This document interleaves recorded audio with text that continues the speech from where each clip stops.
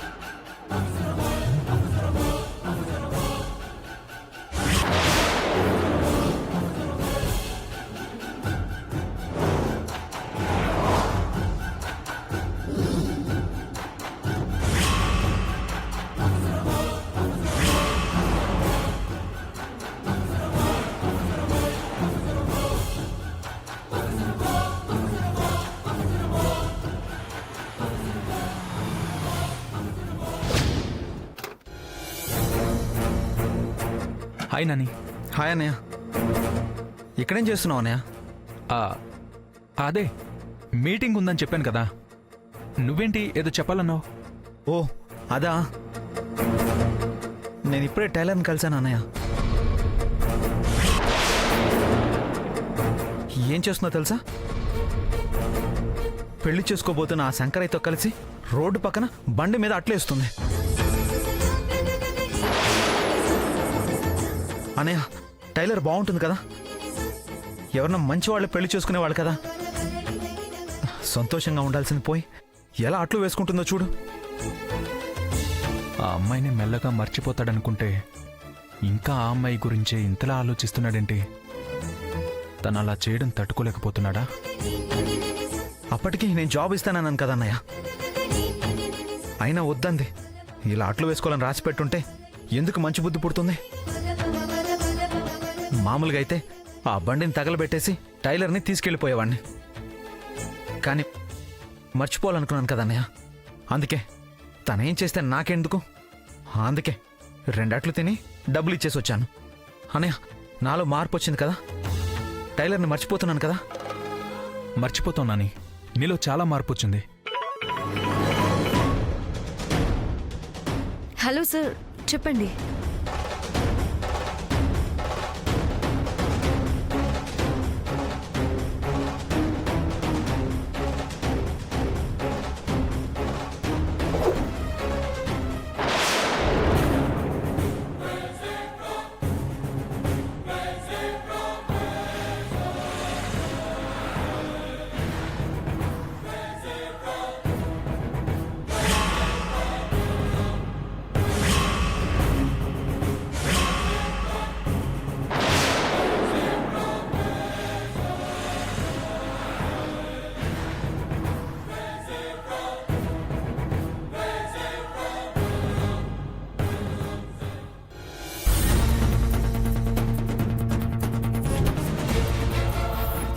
ఇప్పుడే వస్తానని చెప్పి బయటకొచ్చి కింద ఎవరితో సోదేస్తున్నాడు చూద్దాం.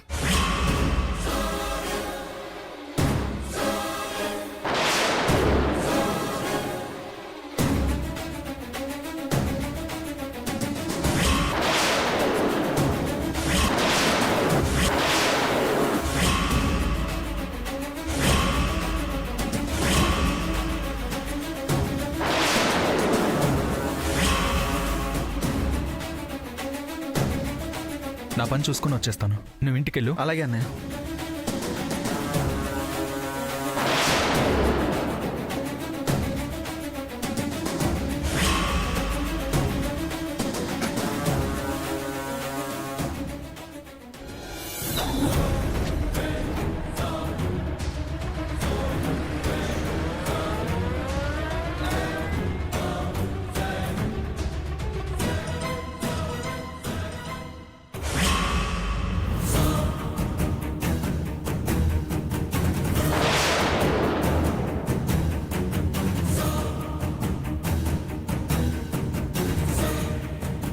మేడం మీరు ఎప్పుడు వచ్చారు? ఎవరితో శోధిస్తున్నావమ్మా? Friend madam. నీకు ఇంత రిచ్ ఫ్రెండ్స్ కూడా ఉన్నారా? చిన్నప్పుడు కలిసి చదువుకున్నాం మేడం. వాడి టైం బాగుండి కార్లలో తిరుగుతున్నాడు, నా టైం బాలేక నేను ఇలా ఉండిపోయాను. అవును, మీరేంటి మేడం కిందకొచ్చారు? నాకోసమేనా? ఫోన్ చేయాల్సింది కదా మేడం. అవును, సోప్తో హ్యాండ్ వాష్ చేసుకున్నారా? నీ సోప్ గోలేంటమ్మా? అయినా నేను నీ కోసమేం రాలేదు. ఏదో కేసు గురించి మాట్లాడడానికి సార్ రమ్మంటే వెళ్తున్నా. అంతేనా? ఇంకా సోప్ మీద ఐ లవ్ యూ చూసి నా కోసం వచ్చిందేమో అని ఆశపడ్డా. లేట్ చేయకమ్మా, రా. సరే మేడం.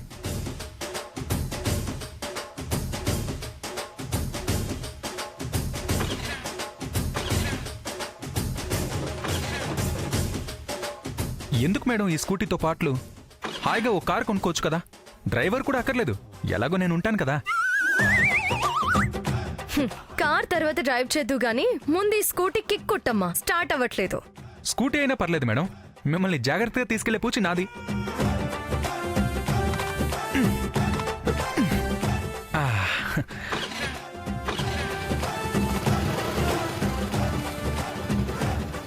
వెనక్కి కూర్చోండి మేడం. ఎక్కడికి వెళ్ళాలో చెప్తే 10 నిమిషాల్లో తీసుకెళ్తాను. ఎక్కండి మేడం. ఏంటమ్మా ఈరోజు తెగ ఓవర్ యాక్షన్ చేస్తున్నావు? ఏంటి సంగతి? బండి దిగి నువ్వు ఆఫీస్కి వెళ్తే నేను వెళ్ళి పని చూసుకుని వస్తాను.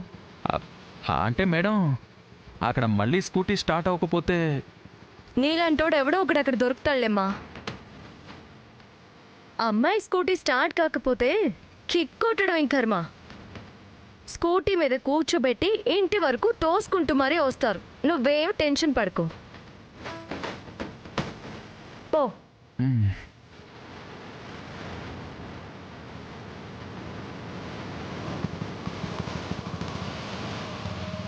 థ్యాంక్స్ అమ్మా.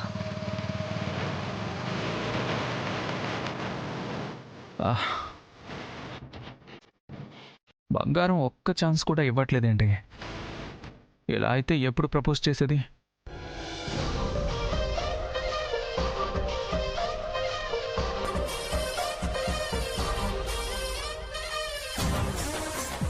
ఒరే శంకరయ్య, సమోసాల కన్నా ఈ వ్యాపారం బాగా కలిసి వచ్చేలా ఉందిరా.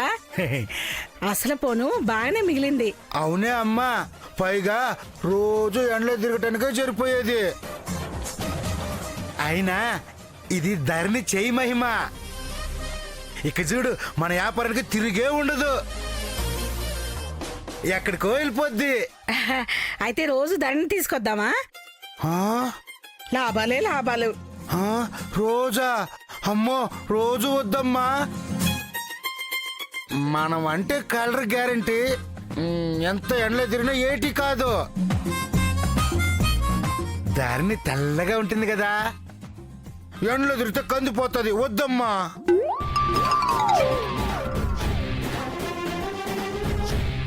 యాదవ సచ్చినోడు ఎప్పుడు వీడిని ఎన్ని మాటలన్నా నోరు మెదిపేవాడు కాదు.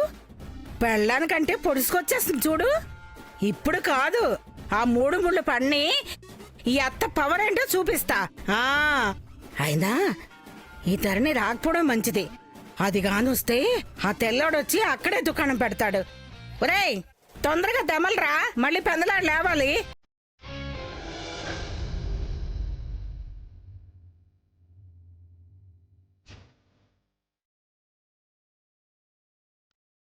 గోదావరి, కొద్దిగా చట్నీ అయ్యవే.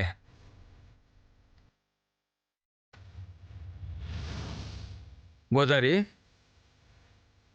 గోదావరి ఆ? చట్నీ ఏమంటే ఎక్కడో చూస్తున్నావంటే ఏం ఆలోచిస్తున్నావు? ఏం లేదయ్యా, ఉన్నంతలోనే ఎంతో అపరూపంగా చూసుకున్నానయ్యా నా బిడ్డని. అది రోజు మిషన్ కుడుతుంటేనే ఎప్పుడు కయ్య చేతిలో పెడదామా, ఎప్పుడు దాని బాధలు తీరిపోతాయా అని ఎంతో ఆశగా చూశానయ్యా. ఇప్పుడు ఏమైంది? పెళ్లి చేస్తున్నాం కదా. చేస్తున్నాం లేవయ్యా గొప్ప పెళ్ళి. పెనం మించి పొయ్యిలోకి పడ్డట్టు అయిపోయింది నా బిడ్డ పరిస్థితి. ఇప్పుడు ఏంటే నీ గోల? గోలేనయ్యా, తండ్రి కూతుళ్ళు ఇద్దరూ కలిసి గొప్ప సంబంధం అని తెచ్చారు. రోడ్డు పక్కన బండి మీద అట్లేసుకునే కర్మేంటయ్యా నా బిడ్డకి? ఇంతకన్నా మంచి సంబంధమే వస్తుందయ్యా. ఈ సంబంధం మాత్రం వద్దయ్యా. నోరు మూయవే. అయ్యో, ఈ సంబంధం వద్దంటే మరి ఇంకే సంబంధం తెచ్చి చేయమంటావు? నీ కూతురు చదువుకి నీ దగ్గర ఉన్న డబ్బుకి అట్లేసుకున్నాడు కాకపోతే అంబానీ వస్తాడా? అది కాదయ్యా. మాట్లాడుకో.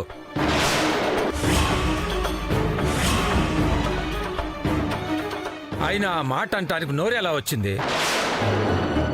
వచ్చిన జీతం అంతా అప్పులకు సర్దేసి ఇల్లు గడవటం ఎలాగా తెలియక పిచ్చెక్కిపోతుంటే లక్షలు కోట్లు కట్నం ఇచ్చి నీ కూతురు గొప్ప సంబంధం తేవాలా? లక్షలు కోట్లు ఏమీ అక్కర్లేదయ్యా. కళ్ళకద్దుకొని మరీ నా కూతుర్ని చేసుకోవడానికి వస్తారు. కొంచెం ఓపిక పట్టాలయ్యా. నాకు ఓపిక లేదే. ఈ ఊపిరి ఆగిపోకముందే ఏదో ఒక సంబంధం చూసి ఈ గుండెల మీద బరువు దించుకోవాలనుకుంటున్నా. మీకు నచ్చినా నచ్చకపోయినా నా స్తోమత ఇంతే. ఇంతకన్నా గొప్ప సంబంధం తేలేను. అర్థం చేసుకుంటే పెళ్లికి ఒప్పుకోండి, లేకపోతే అందరూ కలిసి నా ప్రాణాలు తీసేయండి.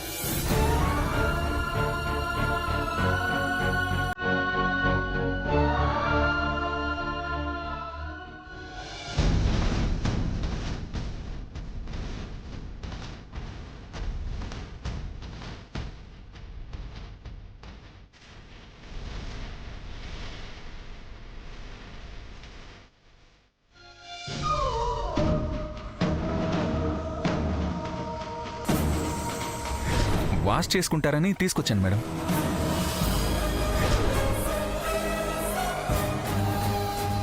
ఈ సోప్తో వాష్ చేసుకోండి. ఒక్కసారి వాష్ చేసుకోండి, ప్రాబ్లమ్స్ మొత్తం సాల్వ్ అయిపోతాయి. సర్లేండి మేడం, ఇంటికెళ్ళాకైనా వాడండి. ఈ క్యాండిడేట్ అస్సలు అర్థం కావడం లేదే. ఎవరికైనా 2000 జీతం ఇస్తే ఈ జాబ్ వద్దు ఏమీ వద్దని స్పాట్లోనే వదిలేసి వెళ్ళిపోతాడు. వీడేంటి అయినా పర్లేదు చేస్తానంటున్నాడు. అంత అవసరం ఏంటి? నాకొచ్చిన కలే నిజమై ఉంటుందా? నన్నేమైనా ప్రేమిస్తున్నాడా? కానీ ఏ యాంగిల్లో కూడా అలా కనిపించటం లేదే.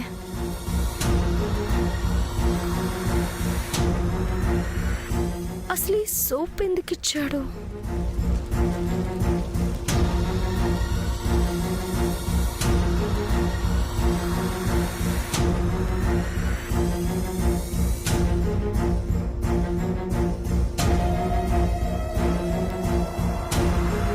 అక్క, పాలు అక్కడ పెట్టు. బాత్రూంలో ఉండాల్సిన సోపు బ్యాగ్లో పెట్టుకొని తిరుగుతున్నావు. ఏయ్, నీకెందుకే? పాలు అక్కడ పెట్టి వెళ్ళు.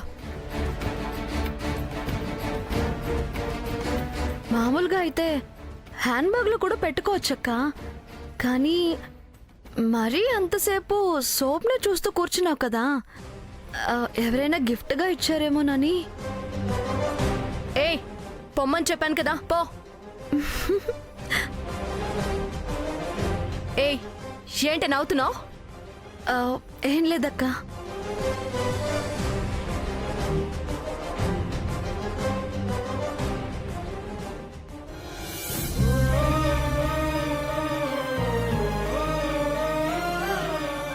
అక్క సోప్ని ఎందుకు అంతసేపు చూస్తూ కూర్చుంది? ఏదో తీపి గుర్తు దాచుకున్నట్టు బ్యాగ్లో ఎందుకు దాచుకుంది?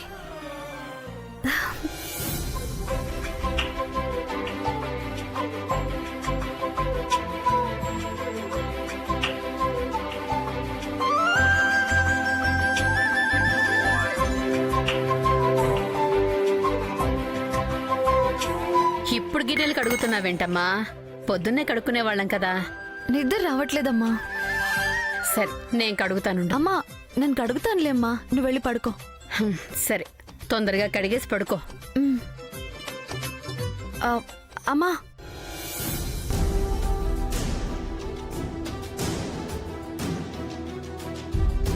ఆ, అమ్మా నాన్న కోపంగా ఉన్నారు, గొడవ ఏమైనా అయిందా?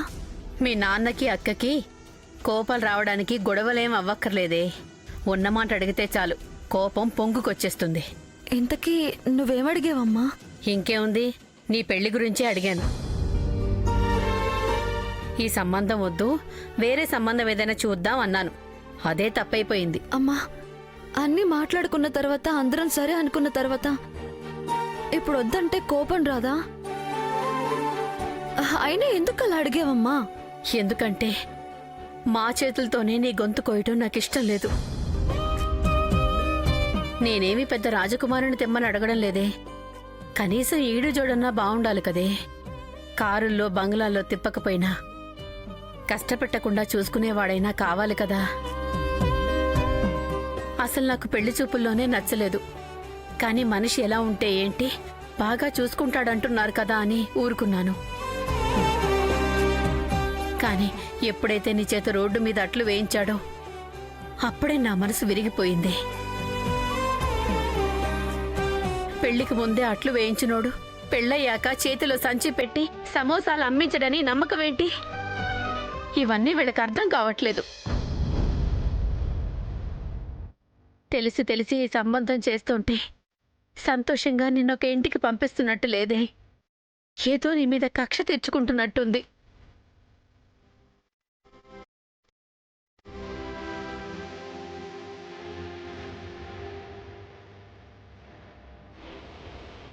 అమ్మా ఏమైంది నీకు? ఒకప్పుడు నువ్వే మా కోసం ఆలోచించొద్దు, పెళ్లి చేసుకో అని ఒట్టేసి మరీ ఒప్పించావు. అప్పుడు కూడా మీకోసం ఆలోచించే ఒప్పుకున్నానమ్మా.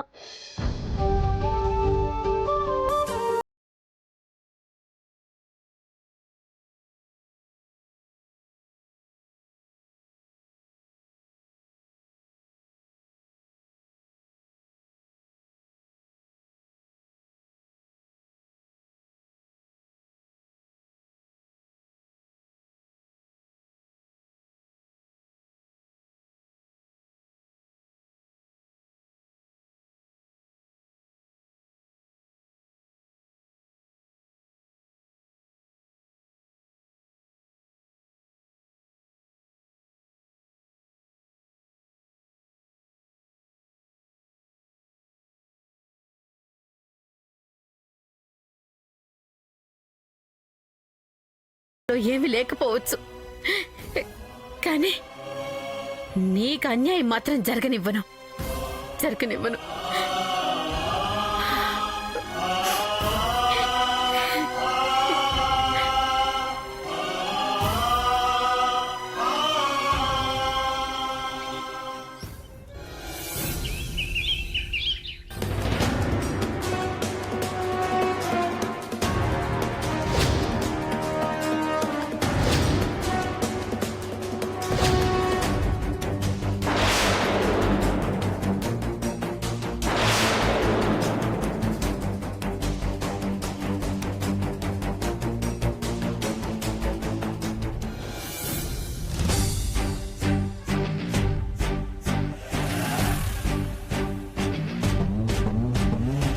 ఏంటక్కా? ఏంటమ్మా మళ్ళీ వచ్చారు? అప్పిచ్చినోళ్ళు ఇంటికొస్తే ఎందుకొచ్చారని అడగకూడదు నారాయణ. వాళ్ళు రాకుండా ఉండాలంటే అప్పు ఎంత తొందరగా తీర్చేయాలా అని ఆలోచించాలి. అదేంటమ్మా ఇన్స్టాల్మెంట్లని చెప్పి మొన్ననేగా వచ్చిన జీతం అంతా తీసుకెళ్లిపోయావు కదమ్మా. మళ్ళీ జీతం రాకముందే వస్తే ఎలాగమ్మా? ఆ బాధ లేకుండా ఉండాలని నేనొక మంచి ప్లాన్తో వచ్చా.